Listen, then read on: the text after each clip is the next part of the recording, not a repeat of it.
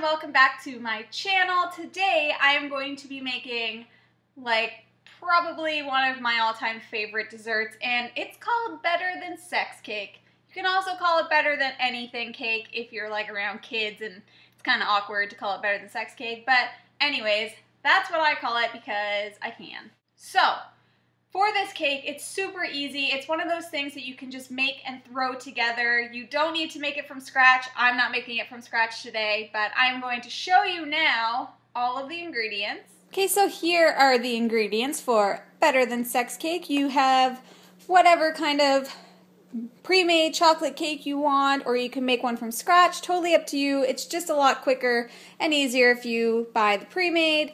And I find Devil's Food Cake flavor works the best, but whatever kind of chocolate cake you like best. Then we also have a package of the Skor chipits, or you could just crush up a Skor bar. We have some Cool Whip, and then we have some sweetened condensed milk, and then we also have some caramel sauce. I mean, what's not to love about this combination? So the first step is to make the actual cake. So I'm using Betty Crocker's Super Moist Devil's Food Cake because this just happens to be my favorite one. All you have to do is follow the instructions on the back of the box. For this one, you basically just mix the cake, a couple of eggs, some milk, and some oil together, stir it all around, and put it into the pan. I'm just going to show you how I'm doing this, and I'm just going to speed right through it, so it's not taking us too long. Okay, so here's my bowl, cutting out the cake mix, pouring it in the bowl, and yep, oh hey look, there's my blender, and it works. Awesome. Gonna pour some milk into the cake mix, just dump that bad boy right in there. Wait a minute, need more milk. Also going to dump, apparently, the rest of my milk in there. Now for some oil, just half a cup, pour that sucker in there too. Oh yeah. Oh look, an egg. Yep, okay, so we're gonna crack one egg, dump her in. Yes, and then 2 eggs, dump them in, and 1 more egg to make 3 eggs, and we're done for eggs. Now I'm blendy, blendy, blendy. Just gotta literally just keep blending it until everything is super soupy. So yeah, I mean, it is what it is. I'm just blending. Now I'm scraping the edges of the bowl, and ta-da! Done. Okay, so once that is all mixed up and nice and creamy, then we're going to put it into our pan. So I just use these 2 round cake pans. If you have 1 large square pan, that's fine too. Doesn't matter what size cake pans, you could do it in cupcakes. Doesn't matter, because we're going to be ripping it all up later anyways.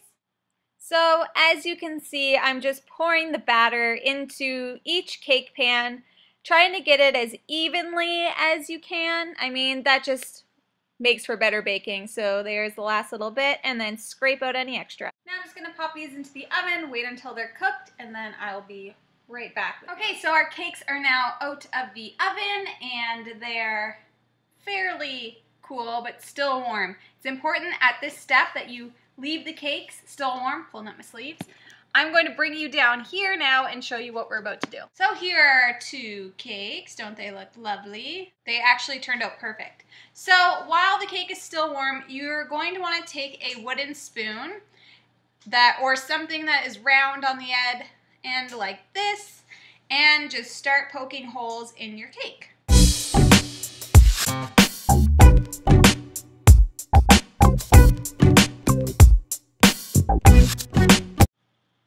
Once you have all the holes put in your cake, we're going to take 1 can of sweetened condensed milk and crack it open. And now we're going to pour this over the cakes, so into the holes and all over it.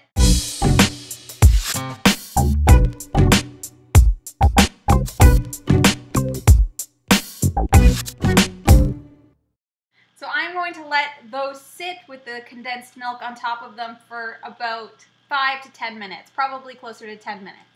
So I will see you when that 10 minutes is up. Okay, so the 10 minutes are up, and now we are going to put it all together to make the actual cake. We're going to take a bowl like this, just a glass bowl. You can use a glass pan, you can use just a regular bowl, like whatever you want. This is just what I'm using. So I'm going to bring you down here and show you what I'm doing. I'm just gonna take one of these cakes, and then I'm going to just kind of mash it all up.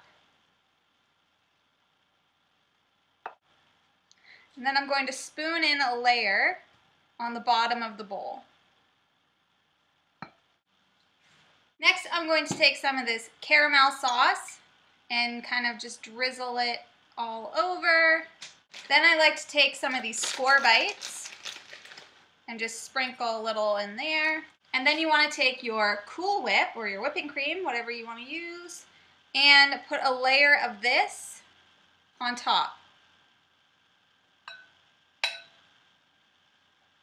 Just kind of spread it all around. Now I'm going to put another layer of cake on top of this.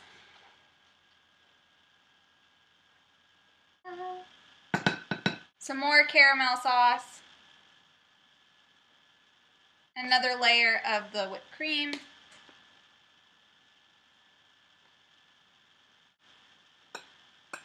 And then I like to sprinkle the top with more skor bits. And if you want to get real fancy, you could do like a drizzle. Caramel on top. And that is what it should look like. Kind of like a trifle. So that is literally all there is to the Better Than Sex cake. I'm guaranteeing you anybody who eats this is going to be like, this is heaven inside of my mouth, and I love what's happening right now. You could do as many or as few layers as you want. With a bowl this size, I usually do 2, or you can, you know, make the layers of cake a little bit thinner. If you want, you can mix it all together. It's totally up to you, but this is the way that I like to do it, and it is absolutely delicious. And this is going to get eaten for a birthday tonight, so If you happen to try this recipe, then please let me know. Take a picture, send it to me on Instagram if you want. I'm going to leave all my information for my Instagram and my Twitter all down below. So if you happen to make it, please show me, comment down below, and let me know what you think. And yes, that is all that I have for this video, which is Better Than Sex Cake. I hope you guys enjoyed. Thanks so much for watching, and I will see you guys again soon. Bye!